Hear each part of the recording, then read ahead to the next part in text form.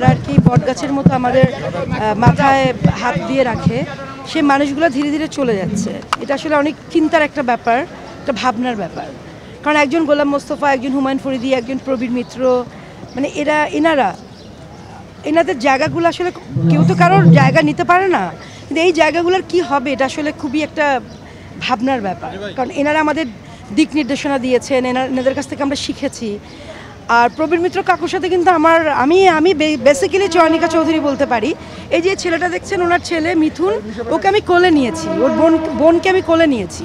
মানে আমরা পুরান ঢাকায় আমি শিক্ষক সমিতির পাশে ছিলাম, আমরা 60 নম্বর লক্ষ্মীবাজার আমাদের বাসা ছিল।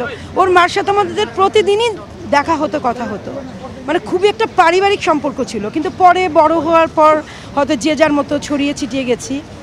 আমার একটা আফসোস যে আমি সবসময় সবার অসুস্থতায়, সবার বিপদ আপদে যাই, বাট কেন আমি কাকুকে দেখতে গেলাম না, এই গিল্টি ফিলিংস আমাকে সারা রাত ঘুমাতে দেয়নি। এটা আসলে আমার খুবই একটা কষ্ট হচ্ছে যে আমি তোমার বাবাকে দেখতে যেতে পারি নাই। তো যাই হোক, আমি ভেবেছিলাম মিথুন আমাকে চিনবে না, কিন্তু মিথুন তো আমাকে চিনে ফেললো। সে জায়গা থেকে ভালো লেগেছে। এবং প্রবীর মিত্র কাকু চলে গেছেন, ওনার যে কত সিনেমা দেখে আমরা বড় হয়েছি, এবং উনি আমাদের দেশের বটগাছের মতো এই আলোক নির্দেশনা দেওয়া মানুষগুলি ধীরে ধীরে চলে যাচ্ছে। এটা আসলে অনেক কষ্টের। পরে পরে ভালো থাকুক এই প্রার্থনা করি।